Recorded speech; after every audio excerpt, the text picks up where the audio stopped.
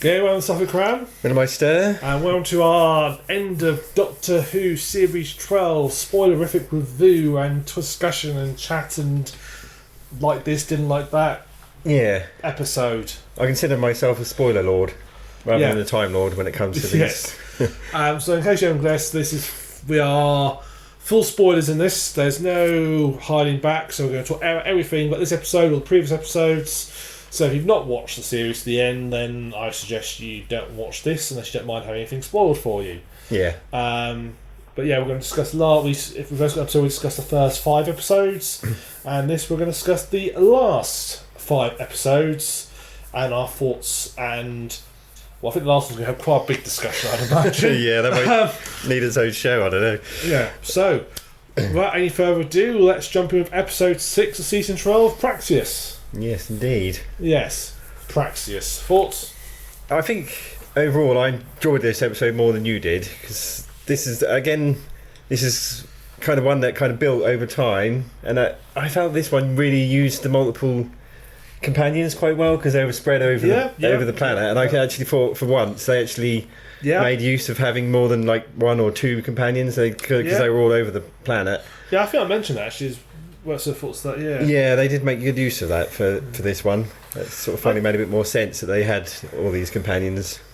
I don't know what it was about it. It's just something about the pacing just wasn't quite right for me. It felt like perhaps a second draft. Now it's all got roughly done, but they just need a little bit tweaking here and there. I can't quite place my finger on exactly what was wrong with it. It just wasn't quite lining up right. I think I enjoyed the character elements in this episode more than the plot or the nature of the episode itself. Yeah. Like I really enjoyed that there was that girl who was on that travel blog thing with her friend, the travel girls, whatever they were called. I liked her relationship with sort of Ryan, and I thought she was a good actress as well. The one who had the Brazil shirt, and she was. I thought she sort of made quite a good character in the very little time that she had to kind of create that character. I felt like she was quite a sort of interesting part of the story. Okay. I thought I quite liked the plot. It's something a little bit different. Idea that this virus is sort of taking out birds and they're being filled with plastic. It was it's sort of, in some ways it travelled the same area that All 55 did, where it's sort of giving across a bit of an environmentalist message. Yeah. But All 55, where that's all got a sledgehammer sort of bashed into your head about it. Yeah. This was not quite so overt about it. It was sort of got the point across, but didn't feel heavy-handed. No, it didn't feel as preachy as that one did. No. It was, it was just there as part of the thing, and you could kind of buy into it. Plus, I like the fact again that the villains weren't particularly villainous. They were just in a really bad situation. They ended up doing something bad, but they weren't really evil, like moustache twirling villains. Yeah, although I thought the scientist went a little bit sort of the ending of it, where the scientist sort of because she sort of just tries sort of injects her, doesn't she? Sort of goes, and it just seems a bit rushed. That seemed a bit of a fun. The ending didn't seem quite right. The ending did seem a little bit off to the rest of it. It kind of, like you say, they did kind of rush the ending a little bit. Yeah, a bit anticlimactic, I think. It was just it didn't feel very logical. Maybe it would have suffered a benefit from being maybe just 5 minutes longer, so they could have taken a bit more time with that element of it. Yeah, and what on earth happened to the black dude who was like, keeping an eye out for the birds? He walks and says, "Yeah, the birds are coming," and then they all run away and he disappears. I assume he got murdered. Yeah, that's pretty brutally by the birds, and they didn't really want to show that because they've still got a appeal to family. They did feel like it may have been a deleted scene in there. It did feel like what on earth happened to him, and it did feel like they obviously cut that and didn't think about the logic, because I just don't think Walsh. I thought, where's he gone? I think there was a moment, wasn't there, where they asked where he was, and one of the characters did the head shake thing to say he's dead. I think there was just a beat of that where the character said, "Where's what's his name?" And one of them just did the head shake to notify that he was dead. Maybe, but in that that still feels like it should have been on screen. If you're going to put that in there, put it on screen. Don't hide it up, because that just that felt a bit of a cop out. But a little bit maybe, yeah. So but I didn't dislike it. I just found it a little bit odd. I thought the monster was interesting. I thought they were actually quite decent and sort of quite gruesome and quite gruesome idea. It had some very cool elements. Like the deaths were very, like you say, were very gruesome, and there was some good mystery early on with the submariner appearing on the beach, and then all these various things happening all over the planet. These various strange occurrences, the missing astronaut, that kind of, with him and his brother, his husband. Boyfriend, husband. I wasn't so sure. That didn't quite work for me, that relationship. That didn't seem to be very natural. I think I don't mean natural in that. No, I know what you mean. Not the chemistry didn't work between them. Yeah. I think that was partly deliberate, though, wasn't it? Because they weren't really gelling as partners anymore. They weren't really. They had an argument before he'd left for the Mars. The bit where he pilots the shuttle at the end just felt like it should have been the astronaut doing it. Yeah, but I think it was meant to be there to show that guy had fully embraced his love for the husband, and he was willing to make that sacrifice. But he doesn't know how to fly a bloody spaceship. You just toggle the joysticks. It's not quite that easy. I think it is. I think that's how it'd be designed. Just joggle some, like an old Atari joystick with one button button that says go, and then one that says stop. Yeah, I like to think that. And the stick is left and right. Are you saying that NASA and all these trained astronauts actually don't really do much? I think so. They just twirl around in that big centrifuge thingy, getting G-force, and then they say you're fine, off you go.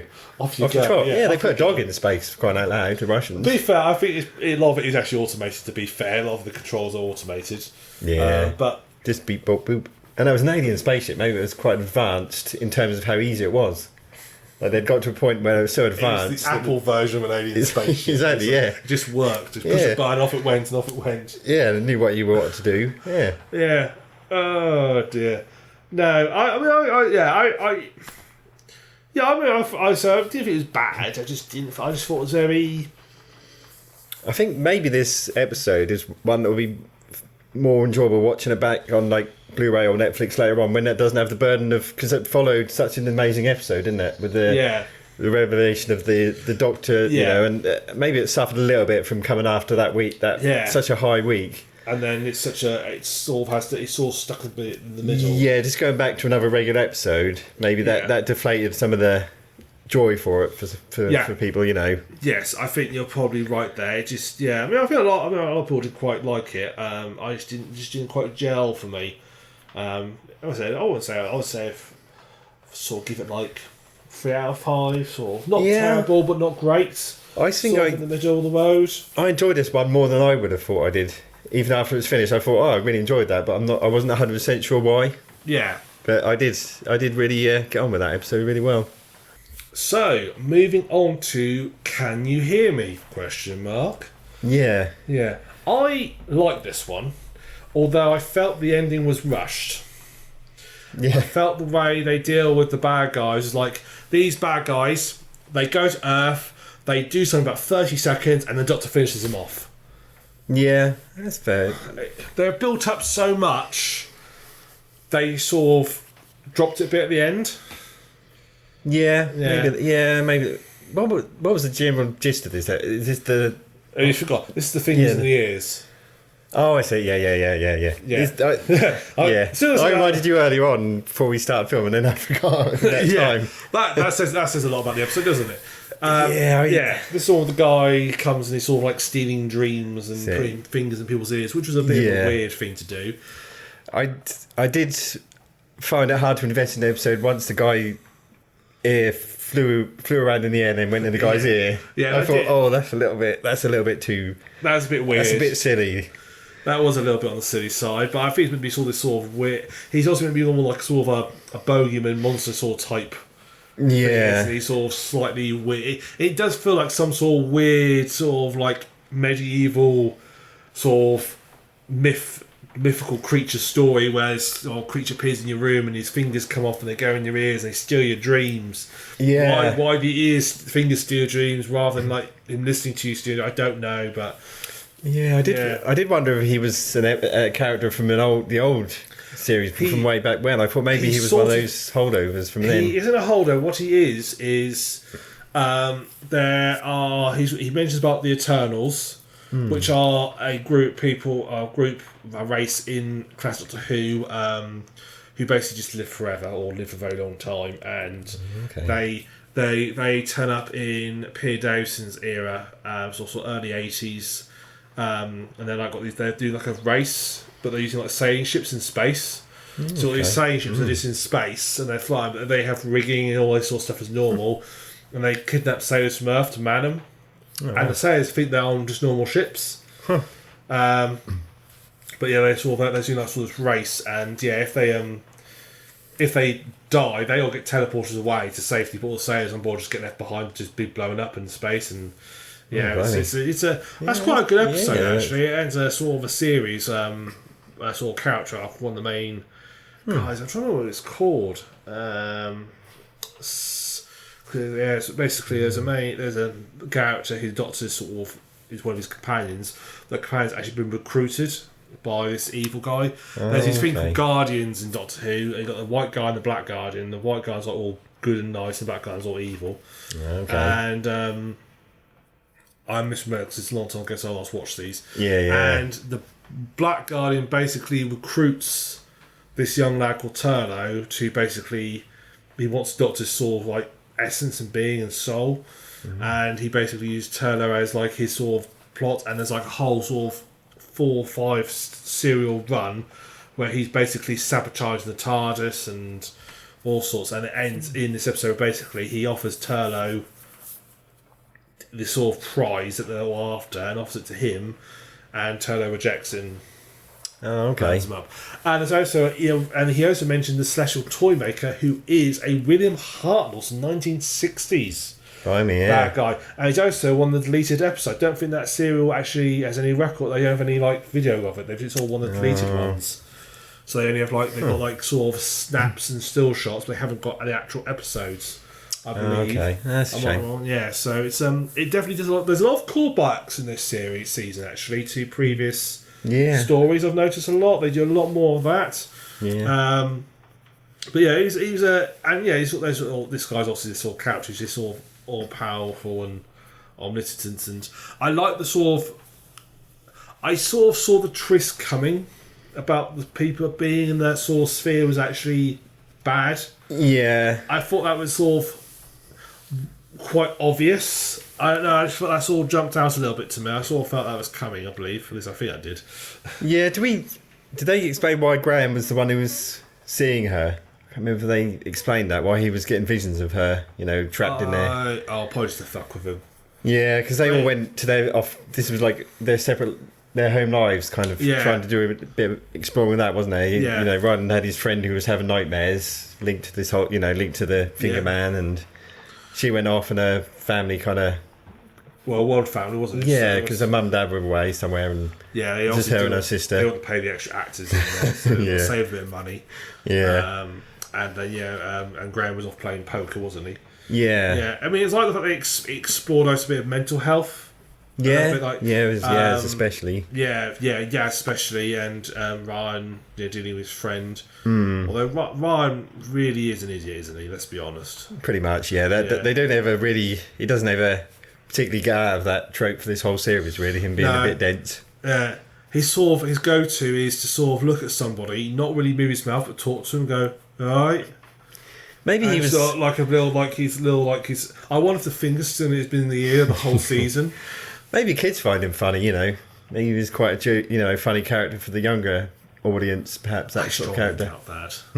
I strongly doubt that. I'm sorry, but I strongly doubt kids find Ryan particularly amusing. Yeah, he's not the best, bless him. No. But I actually did quite like the episode. I think the bit at the end where he sort of was a bit too... There's probably a bit too many people they were exploring, because everybody was like suffering from depression, what have you, at the end. Yeah, and they wanted to nightmare infect the whole planet and have their fun and stuff. Yeah, they could have probably worked more on that. I mean, they could have done it with just like it being Yaz, or give Yaz catch moments. They felt they had to sort of shoehorn in Ryan's friend as well to... Yeah. I mean, it's fine having Ryan's friend there, but it felt like he was a bit shoehorned just he's depressed as well. Yeah. Which is it's fairly common thing, depression. I think a lot of people suffer from it. It's more common. I think they actually say it's more common than the common cold. Yeah. Most people at some point suffer in their lives. Is this one that started in the hospital in 1500s or wherever it was? With the monster. Yes. Yeah, because she could she had power over the monster. That was her nightmare. Yeah. Yeah, I thought the way Doctor dispatched the bad guys was a little bit. Again, it was a bit rushed, a bit. It didn't feel like they actually figured it out. It was like, oh yeah, she can just control the monster and defeat you. Oh, okay. Yeah. She sort of created that thing, and then they went after them instead. I didn't. It was an okay episode. I've never been that big of a fan of the Doctor Who horror episodes. No, you're not. Not really. I'll talk about that in the last sort of time we did this for the Peter Capaldi series. I was never that big on monster, like horror story ones. Yeah, you're no fan like the Mark Gatiss sort of episodes where he does more like horror things. That's it. Yeah, I could never really get on with the Mark Gatiss episodes of Doctor Who. Oh. Like any of them really that I could think of. I particularly enjoyed. I quite like most of Mark Gatiss. Some of his episodes were not so good, but I did quite enjoy most of his episodes. Obviously, he's not involved really anymore. No. He went when Moffat left. Yeah. So he'd had a good run at that point though. He'd done quite a lot, and I think he also wanted to do his own things with like that Dracula series and. Yeah, him and Moffat do seem to have a partnership, don't they? They did Sherlock together. They do. A lot of Doctor Who. They worked sort of together on that, and then obviously like I said Dracula. Yeah. I'm sure if they do whatever comes next, they'll probably partner up together. Yes, they seem to work well together as well. Yeah. Because Moffat did that weird. Mark Gatiss did that weird one, the sleep one, where it was all that. Now that was absolutely stupid. With the Mr. Sandman and where it was all the various little bits of grumble from your eye somehow form a sentient creature. So, that was absolutely stupid. Yeah, that was weird. That was weird and stupid.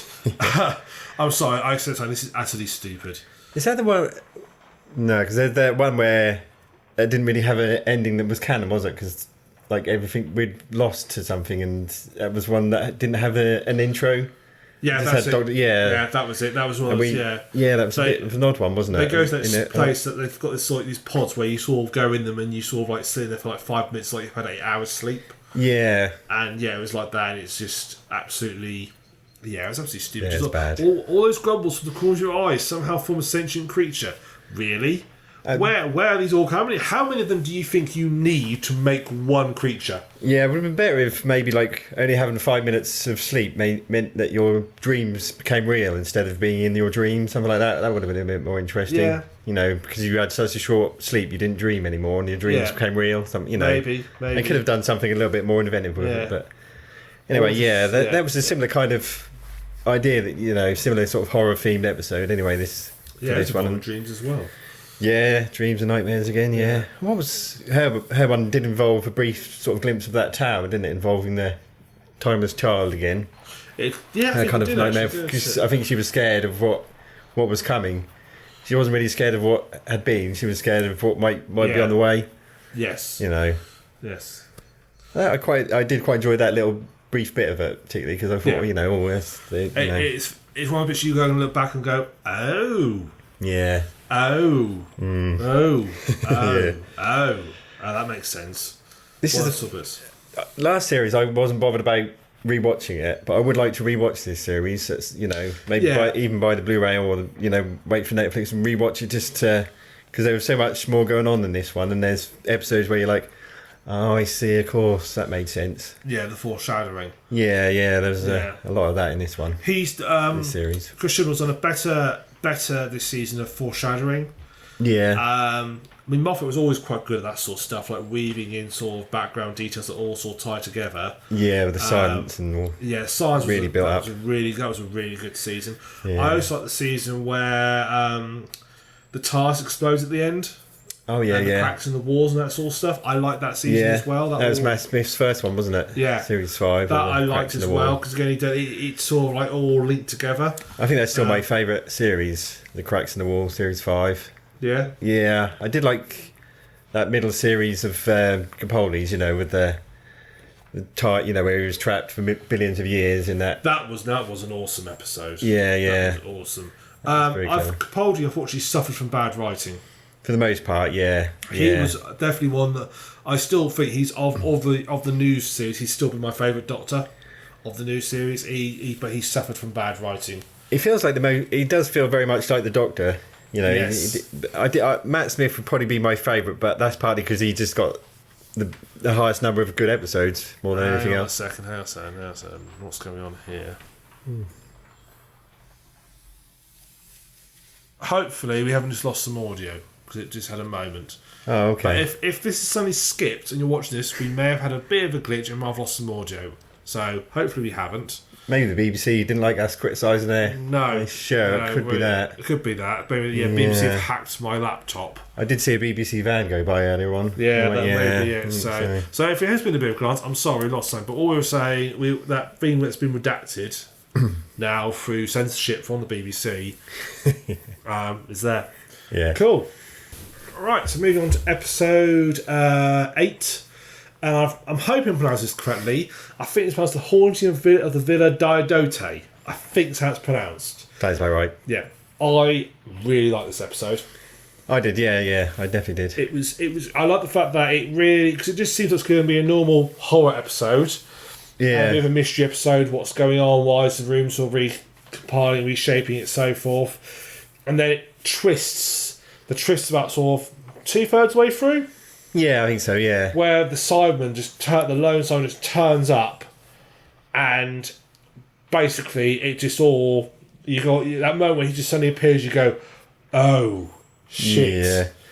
Yeah. And he appears and it just sets up the final 2 episodes. When I saw him out on the lake, like that light, I kind of thought, I wonder if that's, this Cyberman that we keep hearing about, because like the lone Cyberman and him being out there like that, I sort of thought, I wonder if that's him, and then it was, and I was like, oh, I guess that's right. Yeah. That was great, because I actually quite enjoyed this episode even before that, and I was saying I don't normally go for the haunted house stuff, but I actually was enjoying this episode even on that basis, because it had weird stuff, didn't it? Like the house running through a house and then running back into the same room you just ran away from, and that was neat. Trippy stuff. That was neat, and it was sort of like, how are they going to get out of this one? Neat, and then it's found out that it was actually a defense mechanism. Yeah. And then Simon and I have to say that the Cyberman design, marvelous. Yeah. Really decent. That sort of half broken faceplate. And the guy who plays him, I think, did a phenomenal job. He was really good. Yeah. He really got he's a Cyberman who's got some degree of emotion. Yeah. He was just kind of angry all the time and resent, but he was still, there was still like that little bit of humanity, but he wasn't, whoever he was before, he wasn't a good guy anyway, so he kind of just carried on being a bad guy once he was a Cyberman that, Yeah, it makes you, you're sort of intrigued how he got there. Was he like, did something happen to him halfway through being cyberized?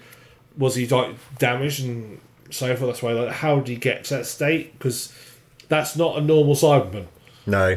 But his relentlessness in his play that happens, I thought that was absolutely amazing. Yeah, and, it was. I really can't got enough praise this episode. I thought it was such well set up. Yeah. So paced. Even quite funny at the beginning when they go to the door and they scream when they see the 4 of them there, and then they scream back when they see them, and they try to get in because they're coming in from a storm. Yeah. And they sort of slowly build up the creature on the lake, and all, they build up the tension, and then they say they twist and they say, well, here's the lone Cyberman, and because they built up that lone Cyberman with the with Jack Harkness sort of warning her, no matter what, don't give it what it wants. They kind of play that really well because you know who that lone Cyberman is. Straight away you're like, oh, okay, what's going to happen now? Is she going to, do what he wanted her not to do, or is she going to resist? What's going to happen now? Yeah. They kind of just kept the episode's momentum really high. Yes, it did. I did find, though, again, Ryan had his I'm a stupid idiot moment where he just started threatening some random writer from yeah. Try him here, mate. Try on, mate. Come on, mate. I'll have you. Me and you outside in the car park. Come on. Yeah. I was like, what? And they were. Why did that come from? Yeah, that was a bit out of the blue. Graham. I quite like the fact that Graham did actually see 2 ghosts, because they could never explain the 2 he saw, did he? Yes, that was. They were like weird. They didn't. I think that was just like a joke that he did actually see some ghosts. Yeah. I think they just laid that in there, something a bit, a little bit funny that he's actually seen ghosts. Yeah, that is that's Graham's thing, isn't it? He actually saw ghosts. Yeah. Actually saw some real ghosts, but we'll never No, for sure, he really did. But I enjoyed that part of it a lot as well. I kind of them going out and trying to find where they were, what the hell was going on, and then trying to escape from the Cyberman. It kind of kept moving forward, but it wasn't rushed, or it didn't feel. No, it wasn't. The pace was off or anything. No, it's right. A lot happened, but it felt right. It didn't. As I say, didn't feel like it was forced. Yeah. To get through. It was very well balanced, actually, in terms of they got the sort of the build up and the tension they built worked right. Even when they built it just right. And I thought he looked brilliant. Yeah. Actually, there wasn't a lot of CGI in it, but what was in it looked really good. Yeah. Even through some historical characters, didn't they? We haven't mentioned that yet. Mary Shelley and Lord Byron. Yeah. Can't remember the name of the other doctor. No, I can't remember half their names. No. Obviously, Lord Byron is a Lovelace's father. Yeah. They sort of talked about that. They mentioned it. I think she says, "I've met your granddaughter." I think at some point she mentions something like that. Yeah.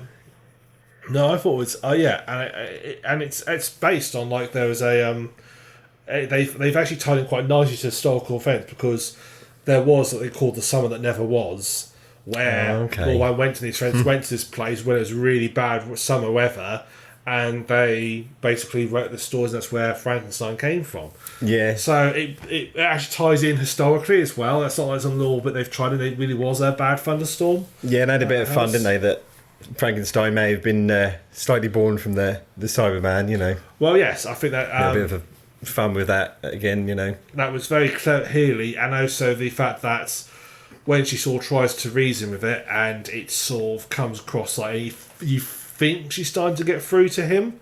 Yeah, a little bit. Yeah. That is very much like the story, because Frankenstein's monster isn't actually that bad.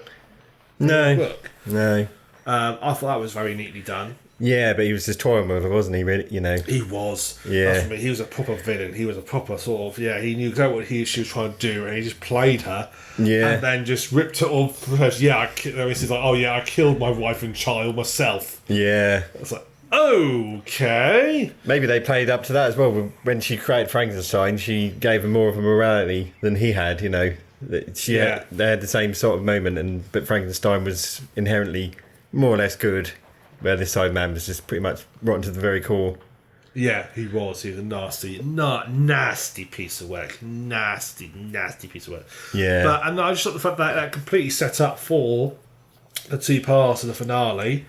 Completely set up for it. Yeah, it's cleverly done. Actually, how they kind of made it part one of almost a three-parter, but you never saw it coming. Yeah. Well, they've done it before, because they did the one Rusty Deaths where they meet the Master. Comes back for the first time. That's right. Yeah, back when he's Derek Jacobi, I think it was. That was it. Yeah. And that's basically the first part of a three-parter. Yeah. Oh yeah, because there's the two, wasn't there? And David Tennant is captured and all that kind of stuff. And yes, that's right. That was another good season finale. Talking about past season finale, that's another good one. So no, I have to say I really enjoyed The Haunting of the Diodati. Yeah, very good. Pretty much a 5 out of 5. One. Yeah, I would agree. All right, penultimate episode. Yes, indeed. Ascension of the Cybermen. Yeah. Awesome. Yeah. Apart from the cyber drones. Yeah, I kind of have a counter argument to that, but I'll let you get to that. But when this episode kicked off the very beginning, I thought, are they putting that midwife show on an hour early? I thought, hang on a minute, this is Mind the Midwife, or whatever it's called, but an hour early. Yeah, the old Brandon stuff. We have to mention it, obviously. Yeah, they find some random guy finds a baby in a basket. I thought, this is the midwife show. I thought that what we were seeing was actually the Cyberman's origin. I did it too. I thought, this is obviously this is obviously the Cyberman. This is his origin story. And what happened? What made him that evil bugger? I thought I was sort of funny. And so it was a clever twist in part 2, where it twists that and it's not that. I thought that was clever, which we'll get onto when we get onto part 2. Yeah. But no, I really liked it. It's nice. It's fast paced, but not in a rushed. Fast paced. It just moved along the story at quite the right speed. Didn't feel too chaotic. No, it didn't feel too chaotic. a cyber war is something that's been mentioned before. Because I think if it's the same cyber war, there was a cyber war which Tom Baker finds the last remnants of humanity. Do you know defeat the Cybermen in the cyber war? They invent the glitter gun. Okay. And shoot it, which fires gold glitter at them, which in Simon, because the original Simon were allergic to gold. Oh, they did mention that, didn't they? They did, yeah. They were allergic to gold. Yeah, it interferes all their circuitry and stuff, which doesn't make any sense whatsoever because gold is used often as a conductor and on high-end audio. But in Cybermen, how such an audio works, it kills them basically. It's all Simon meant to be really hard to kill, but gold's a surefire. So they invent the glitter gun. That removes a little bit of the fear of an enemy, doesn't it? If you defeat them with a glitter gun. A glitter gun, yeah. But that's some sort of... It's either the glitter gun or some 3-year-old child who's got a little pack of... well, probably more gold, obviously, but... I wonder if you put a mobile phone near them, they get a little bit jittery. There's gold on mobile phones. They're like, whoa. No. It's like a cross. No. For Dracula. They only think Cybermen fear audio files. So swing the cables at them. Whip them. Or a Rolex, they'd really be terrified of an actual real Rolex behind me. Yeah. You can't come in here, there's a jewellery shop. I suppose if it got to the very ends of humanity, you'd want to hide out in Fort Knox, wouldn't you? Yeah, that probably could well. That'd be a good place to hide out. Yeah. Although, I think if we have problem throwing the gold bars at them. Yeah. So you'd have to find a way, have like a 10 angle grinder with you, just all grind off. If you found enough, you could build a house out of them, out of the gold bricks, and then they'd never be able to get in. They could still shoot a hole in the wall, couldn't they? But it's not like they touch and go. It's not like a peanut allergy where they touch and just go and go into amphibia. They have to actually sort of like get it into them. To be fair, that is the only problem with my gold house. Other than that, I don't really see any issue with it. Well, you're done. You're sorted afterwards. It depends on the way of gold really holds on, doesn't it? Yeah. You're sorted afterwards. If there's only about 50 people left, gold probably isn't that useful anymore. But you would be the richest amongst them. Yeah, that'd be kind of cool to know you're the richest person alive. Yeah, it's like, you're living your... What's your hut made of? Some old corrugated steel, gold, mate. Yep, I'm living my best life. Yeah. But we should probably... on. We'll probably go to the episode. Yeah, so... we see this guy, don't we? Kind of his whole life throughout the episode. He sort of gets found as a baby. But strange things happen quite quickly. Yeah, he's a bit of an odd fella. And then he kind of becomes a policeman and gets thrown off a cliff, doesn't he? But isn't affected by the fall when he just kind of dusts himself off and gets up again. Now, something struck me as, okay, what made me think that ain't right? Now, I know the fact that he survived isn't right. Yeah. What made me think that what we were seeing wasn't something that actually happened was the fact that his boss just suddenly turned up on the base of the sheet. Like, why was he there? Yeah. It doesn't make sense. He had no reason to be on that beach. Why was he there? He just suddenly appears. I thought that's a bit odd. Yeah. But it sort of makes, when you watch the episode, it all makes sense. Yeah. Why that happened. It's all quite pretty strange thing happens. He doesn't die. And also he seems to get older, but no one else does. Yeah, because at the very end they sort of tell him what has to happen. He has to have his memory sort of wiped, and they've all gone sort of they look exactly the same. And like you say, he's an old man now. Yeah, which is a bit strange. You think, why is that the case? Yeah. But that's all the Irish part. Yeah. It's the actual episode. So my first problem I had with it. Yeah. And I'm interested in your defence of this. Well, I assume, right, so these drones come in and they kill all the defences, kill a couple of the people. First of all, the drones look stupid.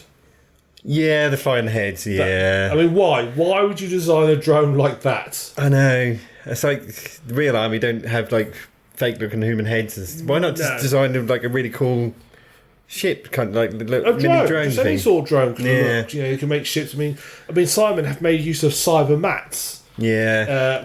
In the past, where they are little, and they used to cyberdize rodents and stuff, and use them as they would sneak in, and they could create sort of psychic waves that would kill people. Yeah. So there's precedent, but they have to go with the floating, flying heads, which weren't that well done CGI wise. They weren't properly competent in the environment. They looked wrong. Yeah, the Doctor Who is still susceptible with the occasional cheesy moment like that. Yeah, they are still stuck on the old. Still guilty of that from time to time. Yeah.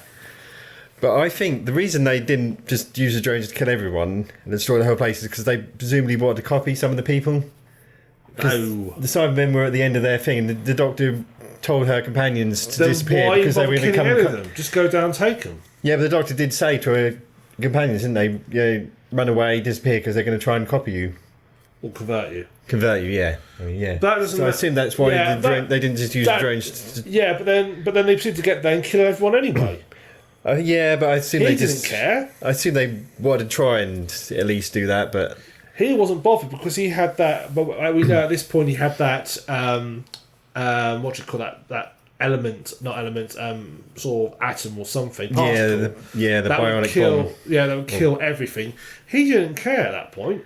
No, maybe he just enjoyed killing people face to face up front, taunting them first.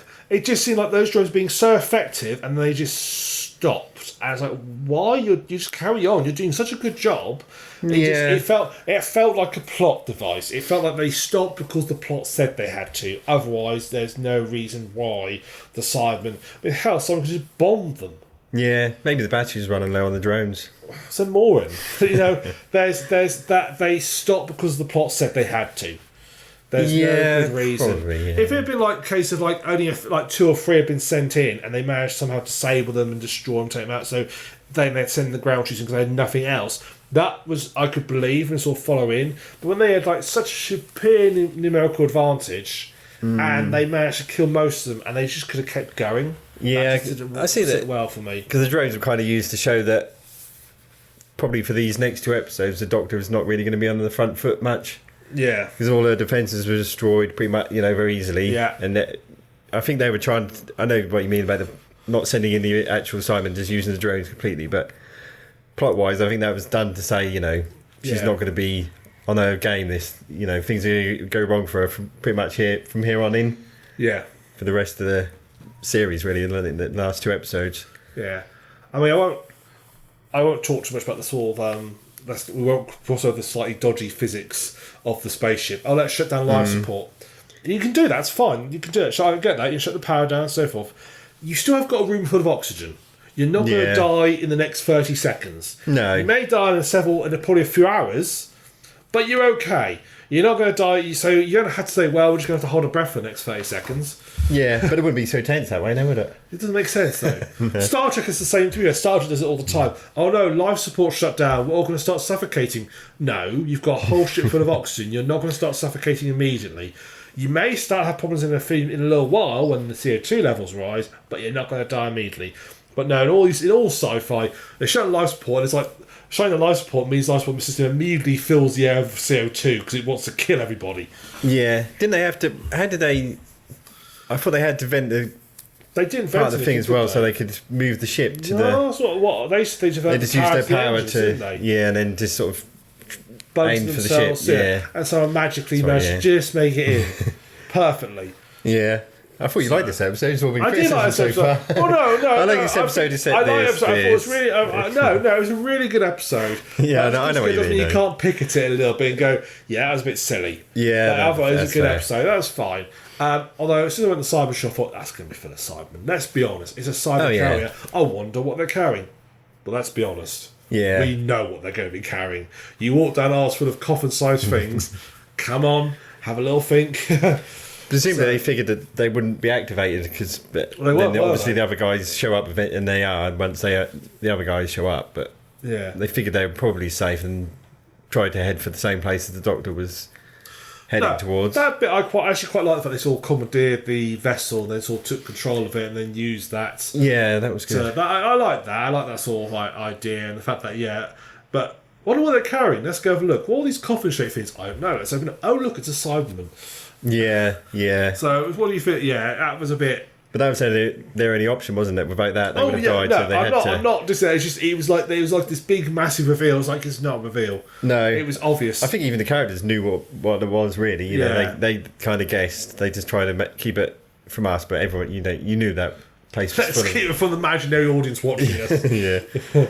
Yeah. No, I like the fact that you had this big kind of adventure on one side, and then this mystery of this character in the past on the other side. Yeah, and the Doctor was completely separated from companions. Yes, and TARDIS as well. Yeah, because it was her and Ryan, wasn't it? Because he forgot how to run, so he got left behind.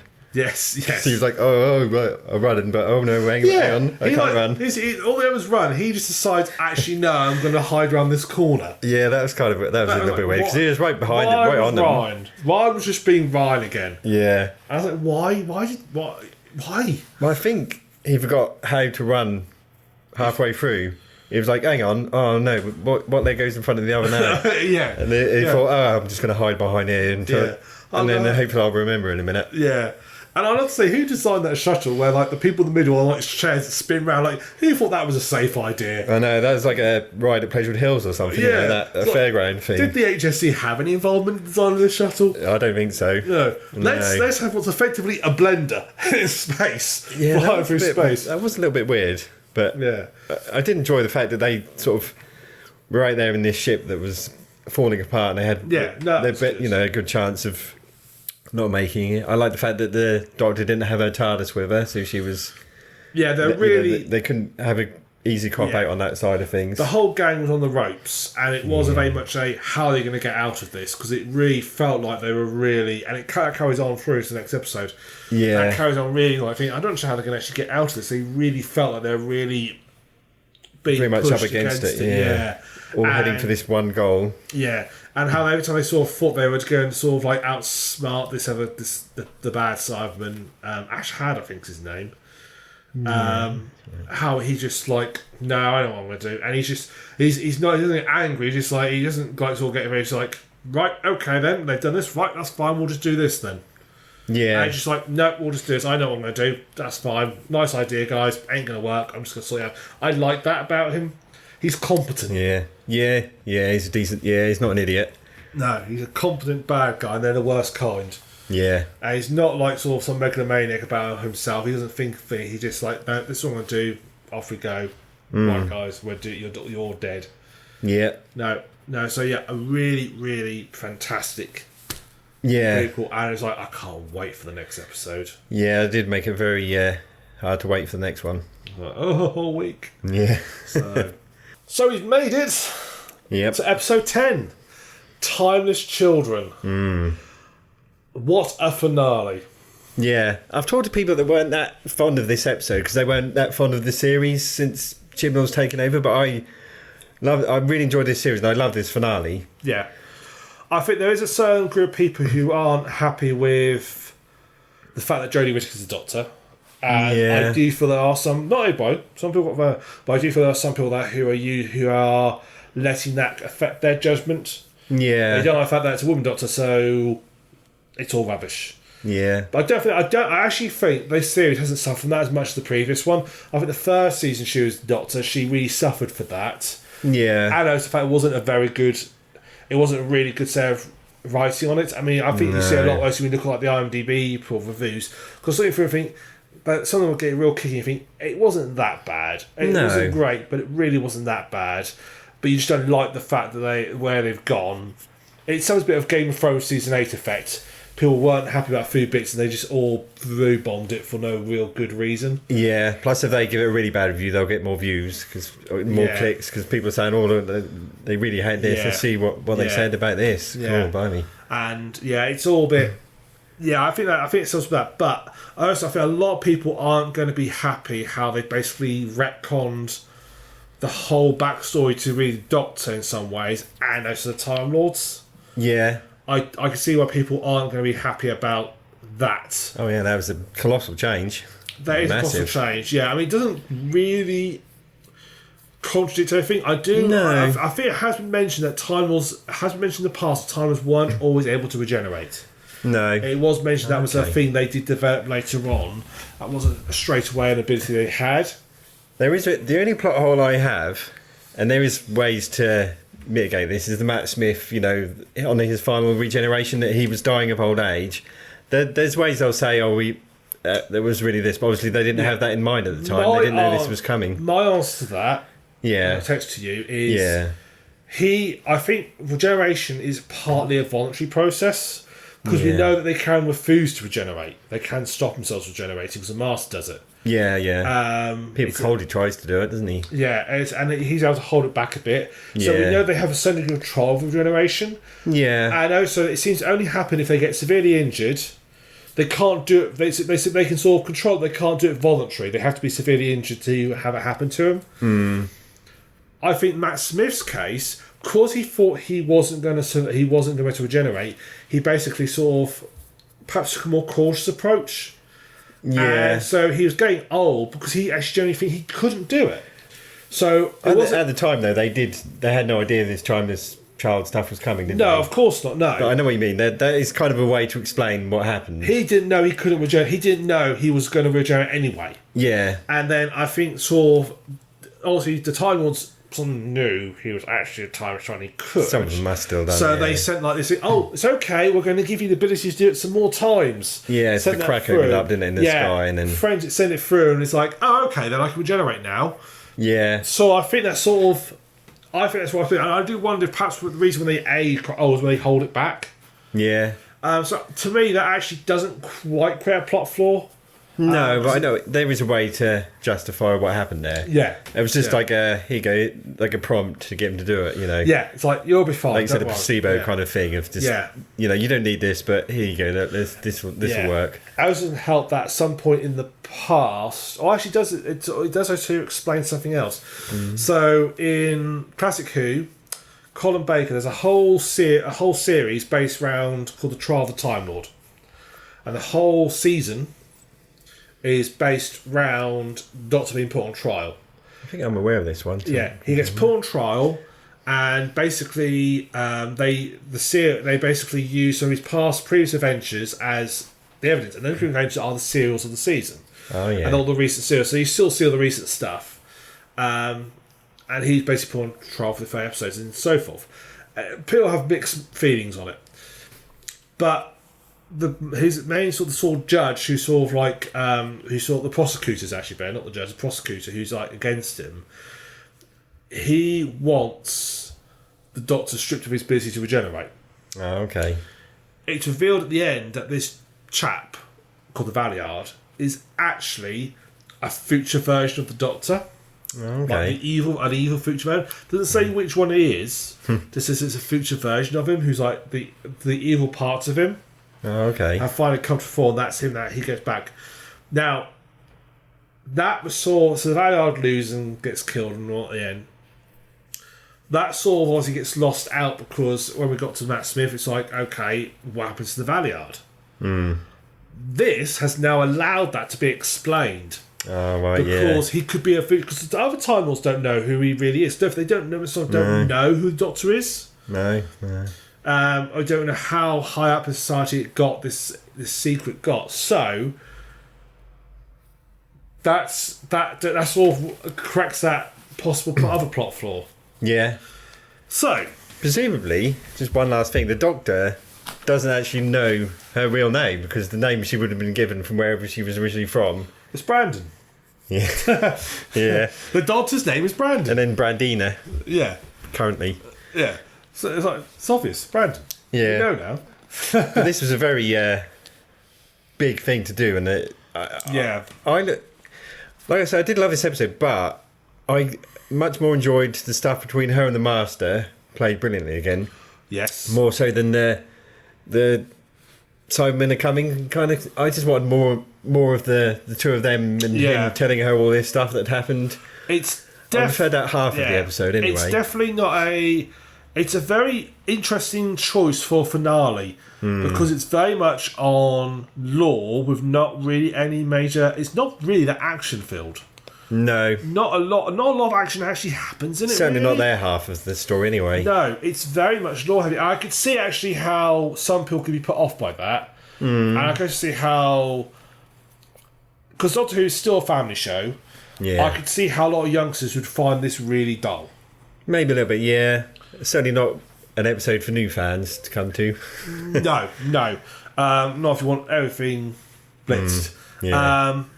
But I really liked it. I liked sort of the revelation and so forth. I was like, okay, it's a bit different, but actually, I quite like it. It sort of also explains a lot about the Doctor's past and character, why they're so different, because they're not really a Time Lord. No.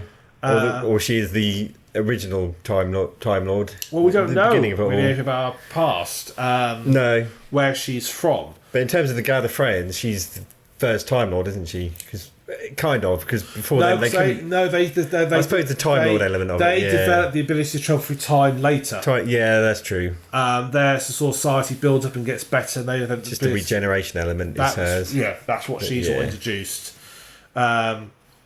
I was also amazed by how many people were confused by the whole Brandon thing.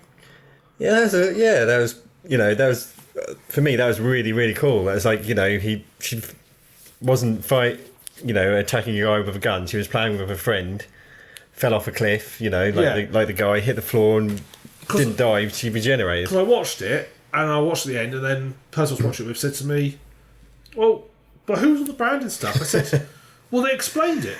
They did it in flashes, didn't they? They explained it's like that was the Doctor's, and if you were confused by Brandon, you think, well, what was all the Brandon deal?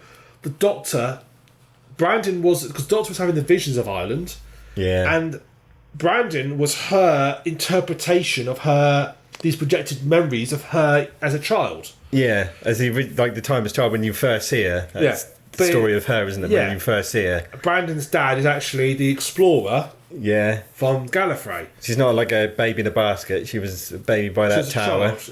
And when falling off the cliff was the two of them having a play. And then for the end is when she's working for the division. Yeah, and then her memory gets white at the end. Yeah, that clock says, thanks for your service to the division or something. That was very cool. That makes all... I thought that was pretty clear. Apparently it wasn't. Yeah, I kind of thought that was pretty cut and dry, really. But apparently not. So if you didn't understand that, I'm sorry, we've now explained it for you. Yeah. But I really like the fact that how that tied in, because I was wondering how they're going to explain the brand. I thought, where is he going to come into this? Yeah. And when not a lot happened, when they put it in, it's like, oh right, gotcha. Yeah. That bit with the Master as well, where he says to her, "Haven't you figured it out yet? It's you." I thought he was going to say it's me. I didn't think he was going to say it's you. Yeah. The timeless child. I jumped ahead and I thought he was going to say it's her. Yeah, I suppose they should, but I personally jumped ahead. Yeah, that's still a very cool moment though. Oh yes. When he, Yes, yeah, very cool moment. And that she's presumably immortal. Presumably. Yeah, unlimited. And they put on the 12 regenerations because I guess they kind of wanted to make sure they didn't go way, way beyond. They didn't become too immortal. They thought that was quite a bad idea, and that's very busy. They all want a race of people because it's going to be part of people's genetics. Yeah, they didn't want a race of people who were immortal. Yeah. The interesting thing is though, the Infant Troubles does for you. How does this all tie in with Doctor's past, like that episode where Clara, who is the Mary Sue of Doctor Who, goes back and holds Doctor's ankle. That one where he's like, that's the only sort of like, how are we going to fit that one in? I have to think about that one. How to fit that one in. I suppose that's actually just like which, but then the Doctor has to have memories of it. Yeah. So it's a bit of a funny one because we don't know as to how Time Lords. That could be the thingy version of Doctor No, couldn't it? The original. Yeah, William Hartnell as a child. But now the question is though, we've never seen a Time Lord regenerate that much difference in age. So I wonder if the sort of their parent age has got like almost like a range. They can go back. They'll go sort of back and forth with the range. But as they get older, they will fluctuate between that range group. We've had 2 Time Lords die of old age, haven't we? We had John Hurt, who was the War Doctor. Yeah, he died and regenerated into Christopher Eccleston. Yeah. And then we had Matt Smith, who also died of old age and regenerated into Capaldi. Yes. But they didn't. But they didn't de-age that much. Yeah, they didn't turn into a child, and the child regenerated into another child. Yeah. So it sort of implies that they're sort of like they sort of regenerate to a sort of a new body that's roughly a similar age as they are. Yeah. Sort of like, or an adult going into an adult, and a child will regenerate into a child type sort of situation. Because when Matt Smith regenerated, he went back to his original age, didn't he? Like when you first see him. Yeah. As that version of the Doctor. I guess it could still be William Hartnell's Doctor as a child now, and then he just aged and died out. It has opened up a lot of potential holes, unfortunately. Yeah. Which I'm sure the fandoms will explain. Yeah. They'll find ways around it. It is still something that I feel like maybe the show needed to shake things up a little bit, to kind of make things a little bit more dynamic. But what does it does? Yeah, but what does it actually change? That's the thing. That's what this finale needs to do.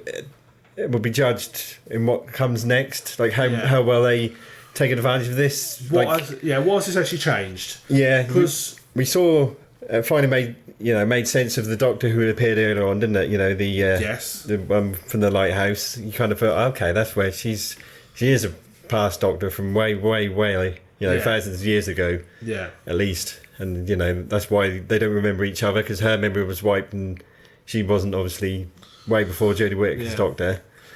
It does stuff like that. I think as long as when the next series and seasons to come they make good use of what they've done, then I think this finale will be judged on that. They have to make good use of that now. They can't just say... But I'm not sure what they can do with it. No, but I hope they've planned ahead with that, because they had a year hiatus pretty much, and I'm hoping they kind of, we'll find out next year. Yeah, have a good idea of what's coming up next, that they have a really good plan for what's been done. Yeah. Because you wouldn't normally do that and then not build on it, No. They can't just be like, I'm the Doctor, or, that stuff doesn't affect me anymore, I'm just going to keep moving forward. Have you seen the fan theory that the next Doctor's going to be Graham?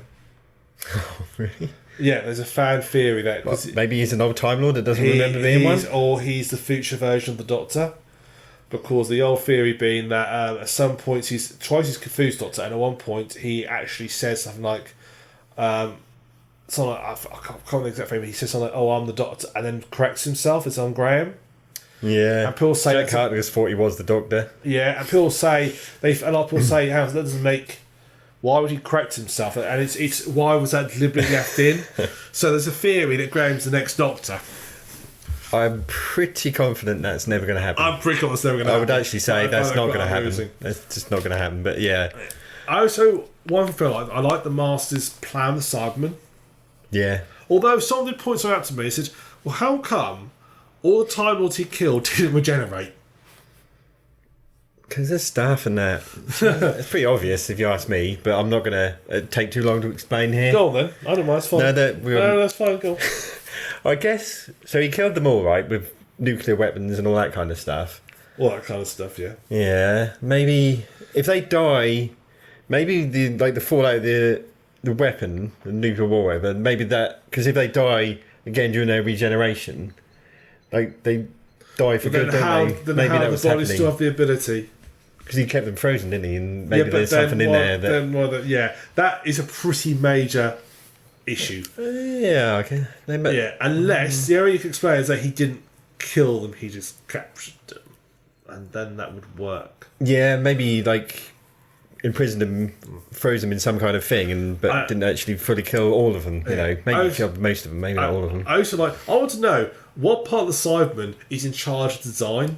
Because they come out and they don't look like normal Cybermen. So is there a part on their ship that goes, right, okay, he gets commissioned by the Master to redesign them? Possibly, maybe they have a whole HR department. Somewhere on that cyber ship, there's an art student who's got cyber dice. His whole job is to redesign the Cybermen every so often. Yeah, it could be. They do, yeah, because other than their colours, the Daleks pretty much stayed the same, haven't they? Yeah. Well, the colours represent different functions and ranks. Yeah. Or meant to. Yeah. That was the original idea, because it used to be all bright red and blue and all that sort of stuff. I mean, obviously you have to upgrade the look of the Cybermen, otherwise they'd look very, very silly by now. But well, they actually went more for classic look. The Cybermen we saw... They've gone back to it, but still not quite... Very much a classic look. No, I like... Still not spray-painted cardboard. No. They haven't gone quite back to that, but I know what you mean. There's, there probably is some guy who says, I'm bored of this look now. Let's juice things up a bit. Yeah, perhaps Ash Hadge is a frustrated art student. Yeah, he could be. Oh yeah, his death was rather like, oh. You know what? The last time some very famous person when their art got rejected. what happened then? Yeah, it didn't go well, did it? No. Well, he wasn't famous at the time, was he? No. He later became quite famous. Yeah. Or infamous. Yeah, in part because his art was crap. Yeah. There's probably more to it than that, though. I think there's more to it, yeah. I just like the fact that, I just like the fact that Ash Ed's like, the Mars just killed him. Boom, like that, just killed him. Yeah. I sort of like that. I was like, well, actually, that's just quite clever. Yeah. Mars like, that's going to kill you. He's properly evil, this one. No Missy good side to him anymore. He's just properly psychotic. He's actually psychotic. Even John Sims and Jacoby's version had an excuse because the drums were driving him insane. Yeah. This one doesn't even have that as an excuse. No. He's just a full-blown nutcase. I also like the fact that Master basically turned the Cybermen into Necrons. Okay. So you don't know anything about Warhammer. I assume that's some kind of dead... No, so Warhammer 40k, there's a race called Necrons, and these are people who suffered. They've had very short lives. They suffered like they didn't live for very long. So what they eventually did, and I'm really summarising here, they were either tricked or voluntary or whatever, depending on which fiction you read, moved themselves into robotic bodies, and basically learned to turn themselves into robots. But one of the key features of them is they can't. If they die, they just sort of come back. Oh boy. In their case, they actually teleport out. Although it's implied quite heavily that if they keep dying, they basically start... Because they know who they are initially, but every time they die, sort of lose a little bit of themselves. Jeez, that sounds awful. Yeah, it is quite sort of awful, but they sort of like... What's that from? Warhammer 40,000. Oh, okay. Their whole army were called Necrons. And that's what... As soon as at the time now in Joe, I thought, the Masters invented Necrons. Amazing. Yeah, because the Cybermen are kind of... They have no... There's no real end goal for them. That they just want everything to be Cybermen, don't they? They're just driven by that. They have no real desire or motivation beyond that. They are either a conquering nation or...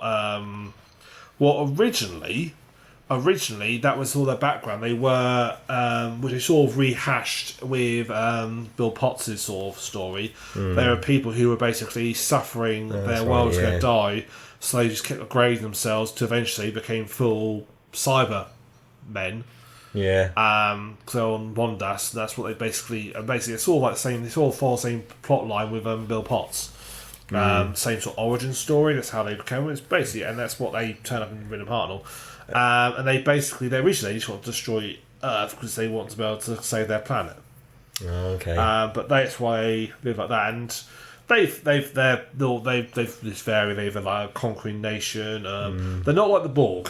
I feel like the Borg were inspired by Cybermen. They must have been an episode that Gene Roddenberry, well, not Gene Roddenberry, but the Next Generation lot saw and thought, oh, that's pretty cool. Let's do that. Cybermen were actually William Hartnell's final serial. Okay. When ironically, when they first adapted it, when he first showed the ability to regenerate. Oh right, yeah. I wonder that there was that documentary, that drama about his cat. You know, him being that, and that was played by the guy who ended up playing him in that. Yeah, Peter Capaldi episode. Yes, and that was really good. And they sort of talked about ideas. That was originally considered going to ITV with it, and all that kind of stuff. And the regeneration thing came in quite late on because they realised they wanted to keep making the show, but William Hartnell wasn't up to it anymore. Yeah, he was too old. He was getting ill and old. He was forgetting his lines. Struggling with lines. Yeah, he was definitely getting to the point where it was. You can see actually because. A lot of time, because they used to film the episode and then literally broadcast it the week after. Yeah. It was like a sort of soap opera. Yeah. And you could see that. That's why they had lots of companions, actually, because they could film two sets at once. Yeah. So that's why the reason they had so many people they could film. And obviously, they're 4-episode parts, but they literally film an episode, then put it on. That was very good, that episode, that show, because they had the ending was him at the TARDIS. Moving the devices, and he looked across and he saw Matt Smith there.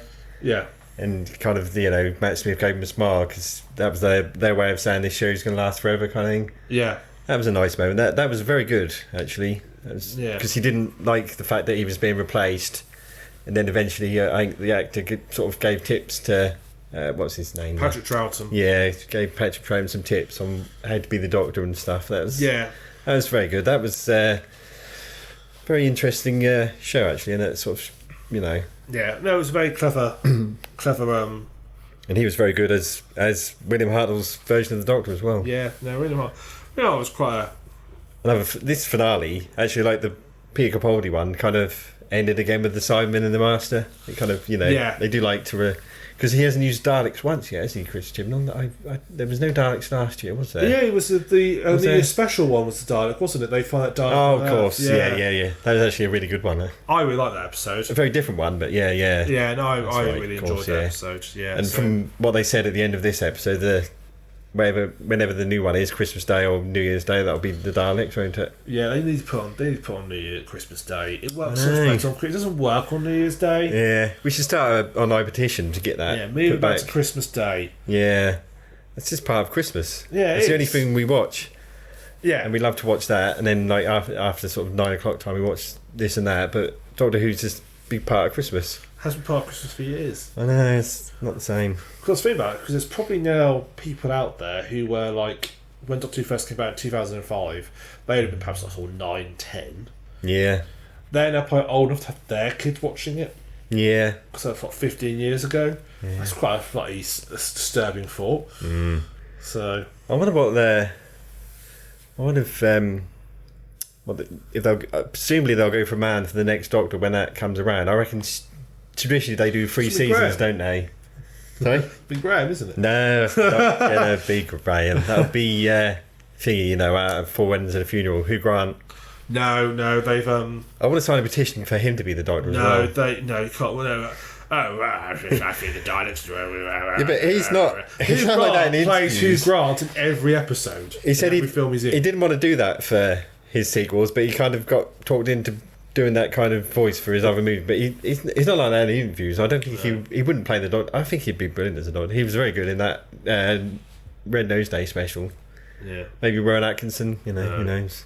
I want Idris Elba to be the Doctor. I think he'd be a cool Doctor. Yeah, but there's they'd have to pay him so much money for him to do it because he's in movies and big TV shows. Mind you, he's on that Sky One. He does that Sky One drama. He's still doing TV and stuff. Yeah, I think he'd be I think he'd be a great Doctor. The only way he'd do it is if it was one series. I think. I think so. Yeah, I think if he ever did agree to it, it'd be one series. I know. My personal choice would be Benedict Cumberbatch, but there's no chance of him doing it either. No, because he's in Marvel movies now and all that kind of stuff. I can't. Do you know? I couldn't see him as a Doctor. Oh really? Oh, no. I think he'd be brilliant. He's just slightly older. His Doctor Strange personality. Yeah. No, I can't. No, I can't actually see him. If I'm honest. Really? No, I can't. I think trouble is he'd be too. He'd end up being too much like Sherlock. Maybe because I do remember at the time Stephen Moffat joked that he was going to be Sherlock for 3 seasons, and then Matt Smith was going to take over Sherlock, and he'd take over the Doctor. Yeah. Obviously, they both kind of became too big for that. I mean, Karen Gillan, her career's massive now. She was in the biggest movie ever, most successful film in history, that Avengers Endgame. Oh right. Yeah, she's one of the best characters in that as well. Plus Guardians of the Galaxy, all that lot. She's one of the best characters in that. Yeah. She's had an amazing career. Definitely got not the stigma it used to, because it used to be seen as you went on it if you had nothing else, no other choice. Yeah. But now it's definitely much seen like, you get on it, you're going to be, do quite well after. You could got a chance to do quite well afterwards. Or, yeah, partly because it's big in America now. I think that helps a lot. I think. Doctor's always been relatively popular in America. I mean, but not like it was when David Tennant took over. No. That's when it really went big. Yeah, it's always relatively popular in America. Yeah. But that's David Tennant is what in the modern era certainly brought it massively popular. But then, just have interest. What's your favourite intro of Doctor Who history? Like the musical intro. Mine's probably the original David Tennant one. I enjoyed that. I always enjoyed that one. I always quite liked Peter Davison's. Yeah, I'm less aware of that, but I know what you sort of saw a picture of his face and went through the they stuff. Did that a lot. Sylvester McCoy actually was interesting because he was the first proper CGI intro. Oh yeah, it looked awful by modern standards, but at the time it was really cool. Yeah. I quite like this new music as well that they've done with the show. Not just the intro, but the music throughout the show has been, because they've got a new guy, haven't they, from the last series? From the last series, it's different, isn't it? Yeah. Murray Gold stuff does all sound very similar. Yeah, there's certain instruments that he uses every time. When you listen, I've got a lot of the albums, and when you listen to them, there's a lot of pieces that are all really similar. The same motifs come through again and again and again. Part of that's deliberate with the Doctor, of course, because it's the same guy, so you use certain things, but the companions stuff. Yes, that's true, but even on other parts that aren't, so I mean, it repeats a lot more than other series. And he did some brilliant work, mind you. Oh yeah, he does some fantastic. I still listen to some of the music, but Kara's theme in particular is brilliant. Yeah, but we saw outstayed. I think the night is when he definitely sort of come to his end of his natural time, and it's nice that they refreshed it completely and put a whole new team in effectively. Do you know what's going to happen next then? Because they arrested her, didn't they? Put her in Spray's prison. You know, did we know? Is that related to what happened earlier on in the season with her? You know, intervening with that other version of the Doctor. You know, who knows? To Doom. Well, if the Doom was sent to find the Doctor, perhaps they found her. Yeah.